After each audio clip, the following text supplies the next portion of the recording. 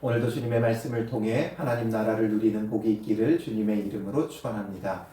우리가 예수 그리스도를 믿는다는 것이 어떤 것인가 우리는 분명히 알아야 돼요. 예수님을 알아야 믿을 수 있죠. 그런데 우리의 이 예수 그리스도를 알아감은 완성이 없어요. 왜냐하면 우리가 앞에서 쭉 보았듯이 예수님은 무한하신 분이에요. 그 무한하신 하나님을 유한한 우리가 안다는 것은 늘 한계가 있어요. 그렇기 때문에 예수님을 안다라고 우리는 감히 말할 수 없죠. 우리는 예수님을 아는 것이 아니라 알아가는 거예요. 우리의 신앙은 예수 그리스도를 알아가는 신앙이 되어야 돼요. 항상 진행 중이어야 돼요. 하나님을, 무한하신 하나님을, 전지전능하신 하나님을 우리가 알 수가 없어요. 그렇기 때문에 우리는 부분적으로밖에 알 수 없고 그 안다고 하는 것이 오히려 우리의 신앙에는 함정이 돼요. 그 아는 것에 빠져서 부분적으로 알기 때문에 우리가 편협한 신앙이 될 수가 있죠. 그렇기 때문에 늘 우리는 주님을 알아가야 돼요. 아무리 목사가 되어도, 아무리 신학을 공부하였어도, 신학으로 박사학위를 받았어도 우리가 하나님을 아는 데에는 늘 한계가 있어요. 우리가 아는 것은 너무나도 지극히 작은 한 부분이에요. 그렇기 때문에 늘 겸손한 자세에서 예수 그리스도를 알아가다 보면 믿음이 생기는 거죠. 그래서 예수님은 뭐라고 불러요? 믿음이 작은 자들아, 이렇게 우리에게 말씀하시죠. 우리의 믿음은 정말 극히 작아요. 예수님을 알아가며 우리의 믿음이 그 작은 데서 조금씩 자라가야 되는 거죠. 주님을 우리가 다 알 수 없어요. 우리가 믿음이 작다라는 것을 인정하고 예수님을 알아가는 신앙을 가지면 우리가 바른 길로 나갈 수 있는 거예요. 그런데 안다라는 그것이 결국 우리는 예수님을 너무나 부분적으로 알게 되고, 그러므로 부분적으로 아는 것으로 신앙생활하니까 그 신앙의 수준이 사람에게 있어서는 대단하게 많은 걸 아는 것 같지만 하나님이 보시기에는 너무나 부분적이고 믿음이 작을 수밖에 없는 거죠. 그래서 우리는 예수님을 바르게 알아가야 돼요. 잘못하면 내가 기대했던 것으로 예수님을 바라보게 돼요. 그럼 내 기대에 못 미치거나 내 기대와 다른 부분을 우리가 만나게 되면 그때 우리는 너무나 많은 오해를 하게 되는 거죠. 그래서 지금 이 당시에 이 마태가 예수 그리스도에 대해서 쭉 지금 설명해 주다가 사실상 다른 복음서를 보면 오늘 본문의 내용이 앞의 내용보다 더 앞서서 나와요. 그러니까 지금 마태는 시간 순서대로 기록한 게 아니라 뭔가 전하고자 하는 그 내용을 따라 편집을 했어요. 왜 이때 이 말씀을 전했는가? 예수님께서 많은 병자들을 고치시고 귀신들을 쫓아내니까 사람들은 지금 거기에 초점을 맞추고 있어요. 그게 마치 중요한 것이냐? 많은 사람들이 몰려들었고, 몰려든 그들이 예수님께 기대했던 건 뭐예요? 그런 기적 같은 일들을 자기들도 보고 체험하기를 원했던 거예요. 그러나 병 고친다고 해서 그 사람이 이제 영원히 사느냐? 그건 아니죠. 귀신이 떠나갔다고 해서 모든 문제가 끝났느냐? 그게 아니에요. 그것보다 더 중요한 것, 예수님께서 이런 일을 행하시는 이유는 이분이 바로 우리의 유일한 구원자시다라는 것을 우리에게 말씀해주고 있는 거죠. 근데 사람들은 여기에는 관심 없어요. 그 신비한 것, 지금 이 시대에도 과학이 발달하고 과학적으로 많은 것들이 이제 다 증명돼가는 시대에도 여전히 교회 가운데 부흥하는 교회는 어떤 교회들이에요? 이런 기적을 체험할 수 있는 교회들이 부흥해요. 사람들은 여전히 그런 것을 보고 싶어 해요. 그리고 매년 사람들이 그렇게 과학적인 것을 좋아하고 이런 신앙적인 게 마치 미신적인 것으로 여겨지는 시대에도 연초가 되면 어디가 아주 그냥 불이 나요? 바로 점 보는 데가 불이 나요. 요즘 TV만 틀면 연초에는 꼭 연예인들 그 점집 찾아가서 점 보고 이런 내용들만 계속 나와요. 사람들은 여전히 그런 데에 열광을 한다는 거죠. 미심쩍이라고 무시하면서도 찾아가요. 거기에 귀 기울여요. 이런 신비한 일들에는 사람들이 마음을 많이 쏟아요.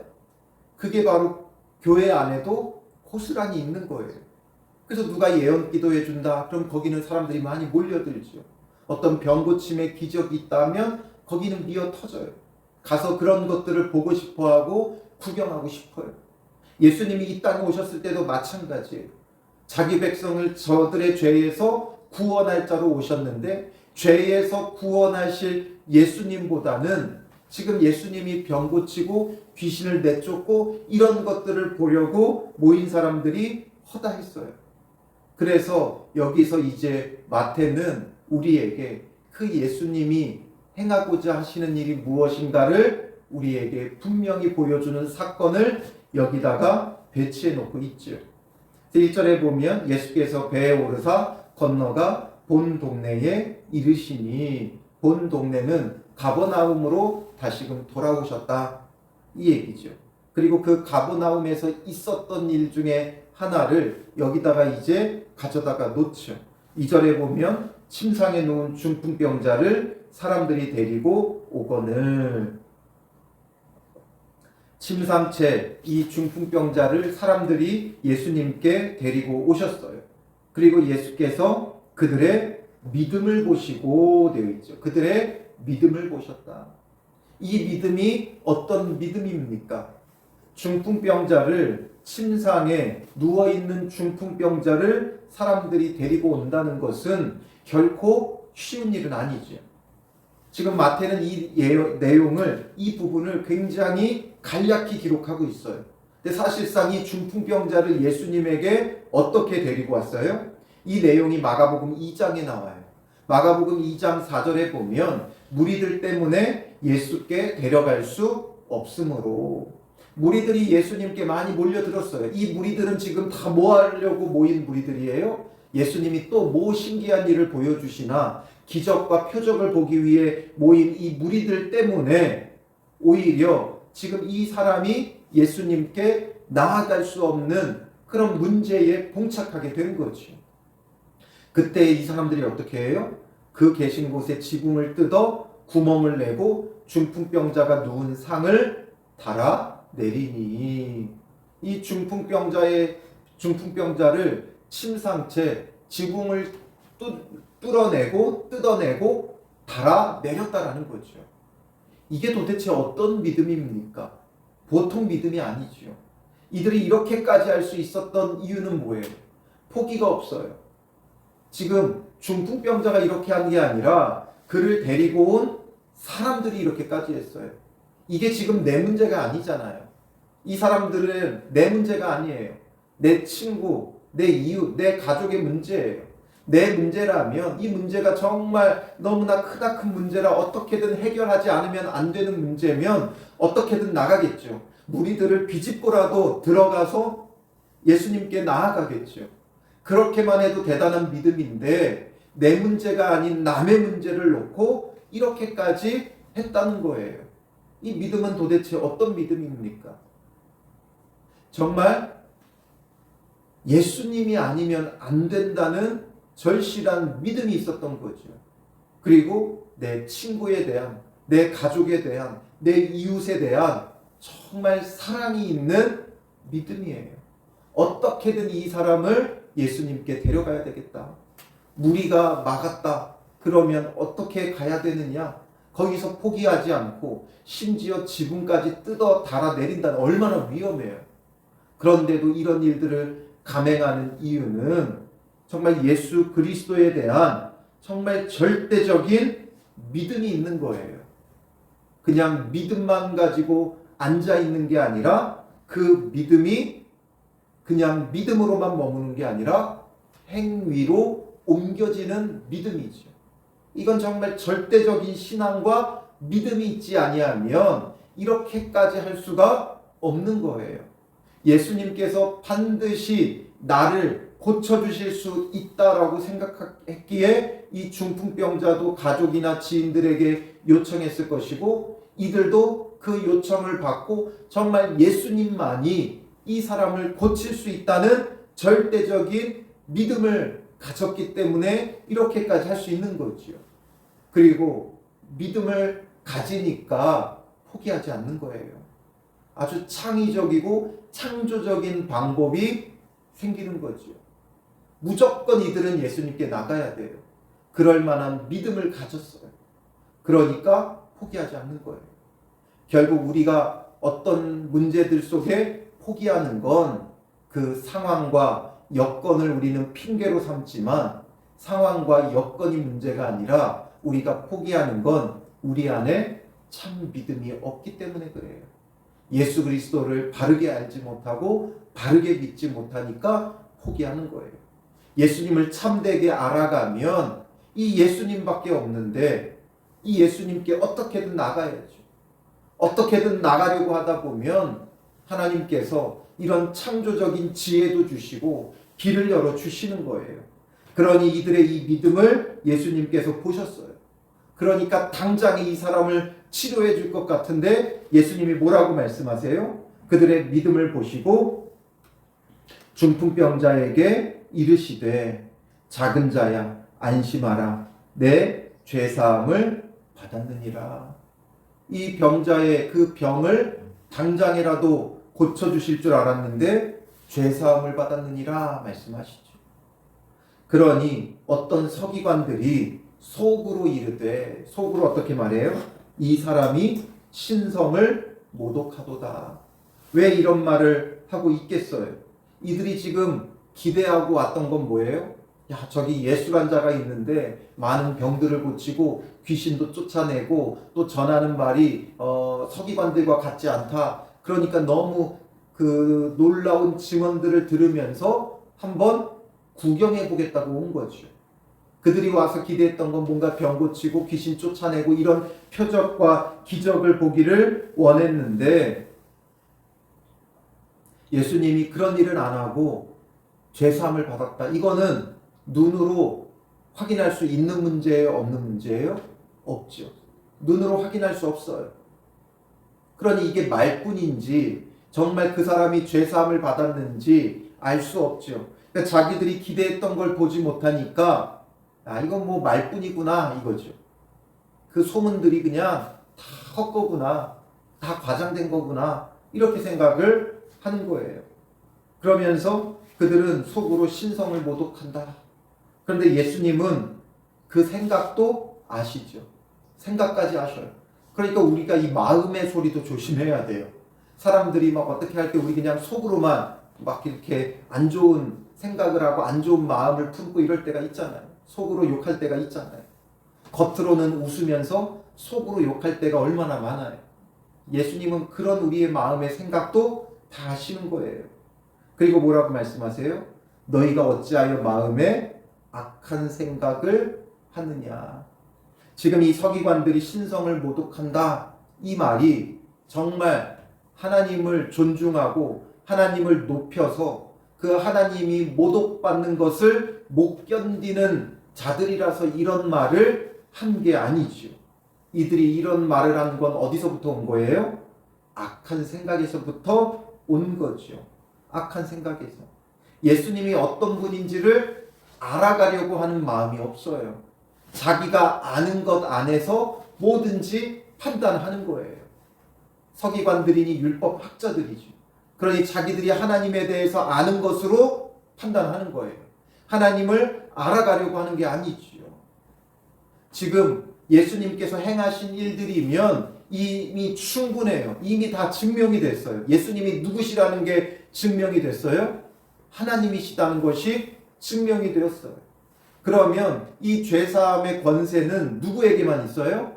하나님에게만 있는 것이고, 그러므로 이들이 지금 예수님을 알아가는 자였다면, 하나님을 알아가는 자였다면 지금 이 예수가 우리를 구원하기 위해 이 땅에 오신 임마누엘 하나님이시라는 것을 깨달을 수 있는 너무나 중요한 일이죠. 죄사함을 허락하시는 참 하나님이신 것을 만날 수 있는 거예요. 그런데 이미 그들이 악한 생각으로 예수님을 판단하고 있는 거죠. 예수님을 알아가려고 하는 게 아니라 자기들이 알고 있는 지식을 가지고, 율법적 지식을 가지고 예수님을 판단해 버리는 거예요. 우리의 신앙이 아는 것으로 신앙생활하면 이렇게 무서운 거예요. 예수님에게 신성을 모독한대요. 예수님 자체가 신성인데 그 예수님이 모독할 신성이 어디 있어요? 예수님 자체가 신성인데 예수님을 향하여 신성 모독이라고 하는 게 오히려 신성 모독이죠. 자기들이 신성을 모독하고 있어요. 예수 그리스도의 그 신성을 모독하고 있는 거예요. 예수님을 판단하고 있는 그들이 오히려 신성을 모독하고 있는 거죠. 그러니 예수님이 말씀하세요.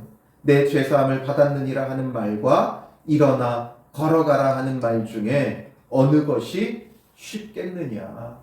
뭐가 더 쉬워요?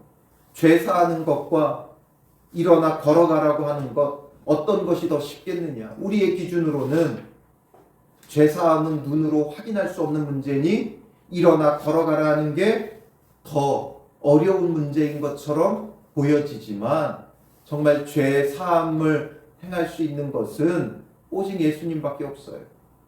그러나 일어나 걸어가라 하는 것도 쉬운 문제는 결단코 아니죠. 그런데 이 어려운 두 가지를 다 하실 수 있는 분은 누구밖에 없어요? 하나님밖에 없어요. 그런데 이것을 지금 이 땅에서 행하고 계시는 분이 있다면 그분이 곧 누구예요? 하나님이시죠. 임마누엘의 하나님입니다. 그런데 예수님이 이 모든 것을 행하시는 임마누엘의 하나님이시죠. 그런데 사람들은 자꾸만 병 고침에만 집중해요. 그래서 예수님께서 의도적으로 이것을 먼저 행하시며 예수님에게 어떤 권세가 있는지를 보여주시는 거예요. 6절에 뭐라고 말씀하세요? 그러나 인자가 세상에서 죄를 사하는 권능이 있는 줄을 너희로 알게 하려 하노라. 정말 알아야 되는 건 뭐예요? 예수님에게 죄를 사하는 권능이 있다는 것을 알아야 돼요. 그런데 우리는 이것보다는 당장 내 문제를 해결해 줄 예수를 찾는 거죠. 내 문제의 해결보다 더 중차대한 문제가 뭐예요? 그 어떤 문제보다 내 안에 가장 큰 문제는 당장 나는 지금 죽을 것 같은 여러 가지 시험과 환난과 문제를 겪고 있는데도 그보다 더 중차대한 문제는 이미 우리가 죄로 죽었다는 거죠. 이 죄로 죽은 우리가 살아나지 않으면, 죄사함 가운데 구원받지 않으면 우리의 삶의 문제는 해결되어도 또 산 넘어 산이에요. 첩첩산중이에요. 해결되지 않아요. 그러니 죄의 문제가 근본적으로 해결되어져야 되는 거죠. 오늘 우리가 예수를 찾고 부르는 이유가 무엇이에요? 우리 올해 표어가 예수로 충만인데 왜 예수로 충만해야 됩니까? 바로 우리의 죄를 사하시는, 죄에서 우리를 구원하시는 그 예수로 충만해야 되는 거죠. 나의 문제가 해결되려고 예수로 충만한 게 아니라 근본적으로 우리의 죄의 문제가 오직 예수 그리스도에게만 해결의 길이 있기 때문인 거예요. 그러므로 우리가 예수 그리스도를 찾는 이유는 나의 삶에 당장 당면한 문제, 물론 이 문제도 해결할 수 있지만 그보다 먼저 근본적으로 죄의 문제가 늘 해결되어져야 돼요.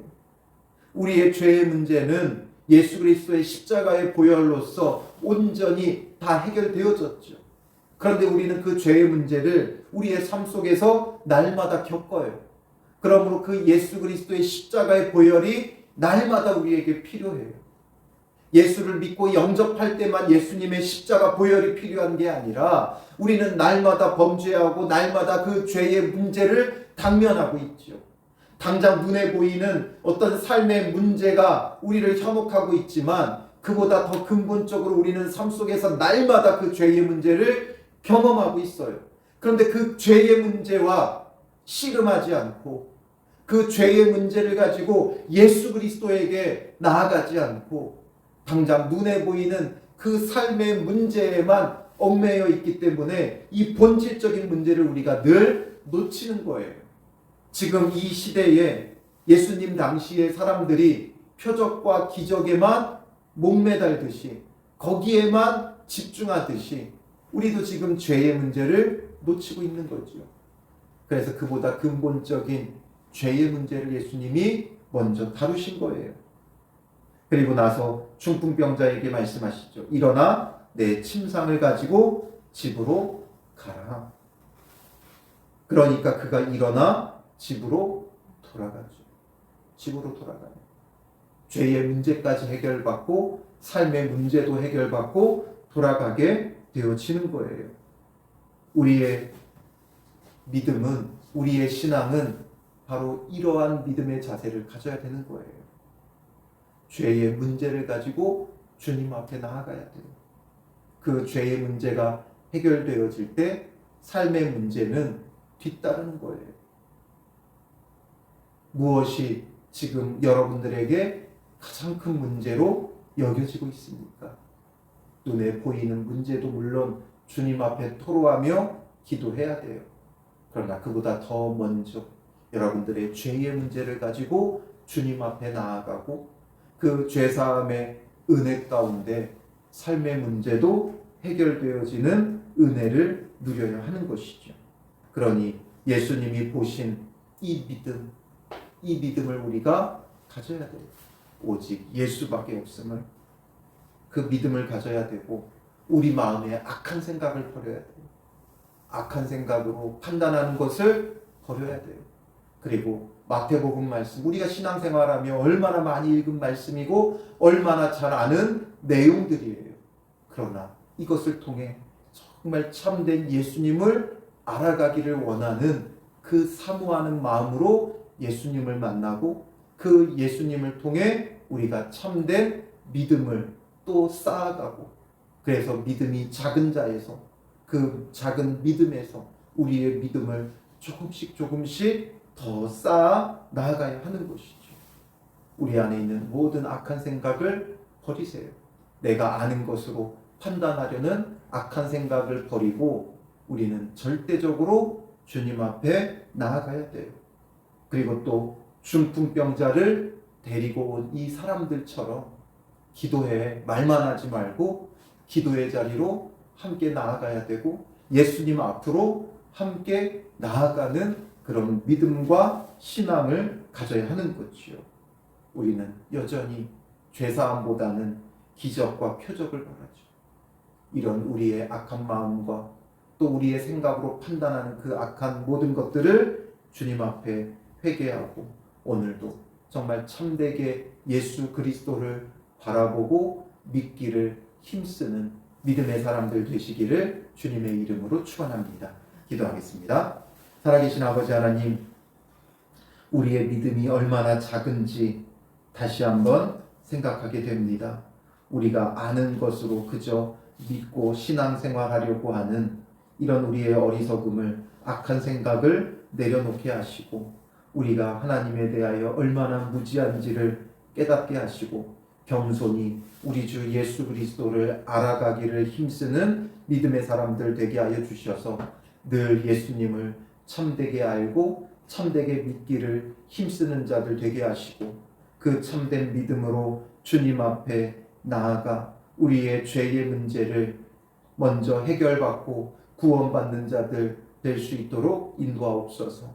눈에 보이는 삶의 문제에 우리가 연연해 하는 이 어리석음을 내려놓게 하시고 그 안에 있는 본질적인 죄의 문제를 주님 앞에 토로하며 주님이 주시는 참된 구원을, 죄사함의 은혜를 누리게 하시고 그 은혜 속에서 우리의 삶의 문제도 해결받는 은혜가 있게 하여 주시옵소서. 오늘도 참 믿음의 사람들로 주님 앞에 나아가는 믿음의 걸음이 되게 하여 주실 줄 믿사오며 예수님의 이름으로 기도합니다.